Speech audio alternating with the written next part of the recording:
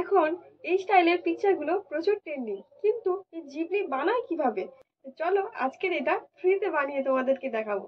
তো চলো সবাই নষ্ট না করে জিবলি পিকচার বানানো যাক। তো প্রথমে ক্রোম ব্রাউজারে গিয়ে সার্চ দেব chatgpt.com। তো তারপরে এইরকম একটা পেজ বেরোবে, সেখানে গিয়ে প্রথমে লগ ইন করতে হবে। তো আমি এখানে যে কোনো একটা গুগল অ্যাকাউন্টের ইমেল দিয়ে লগ ইন করে নিচ্ছি, এক্ষেত্রে এটাই সুবিধা।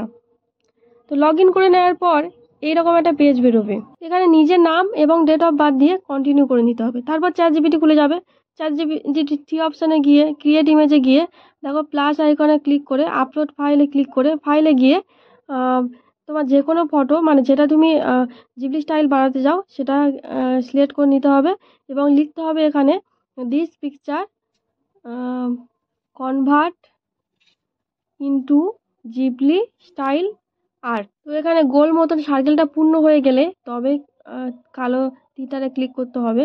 এবার প্রসেস শুরু, জিবলি স্টাইল পিকচার বানানো। একটু ওয়েট করতে হবে, এখানে আর কিছু করতে হবে না, জাস্ট একটু ওয়েট করতে হবে। এখানে দেখো গেটিং স্টার্টেড বলে একটা অপশন উপরে উঠছে এবং নিচে সার্কেলভাবে ঘুরছে। তো কিছুক্ষণ পর এইরকম একটা ইমেজ আসবে আর তারপরে ফাইনাল পিকচার রেডি। তো এবারে পিকচারের উপর ক্লিক করে ডাউনলোড অপশানে গিয়ে ডাউনলোড করে নিলেই পিকচার রেডি। তো আগে এটা ছিল, এখন এটা।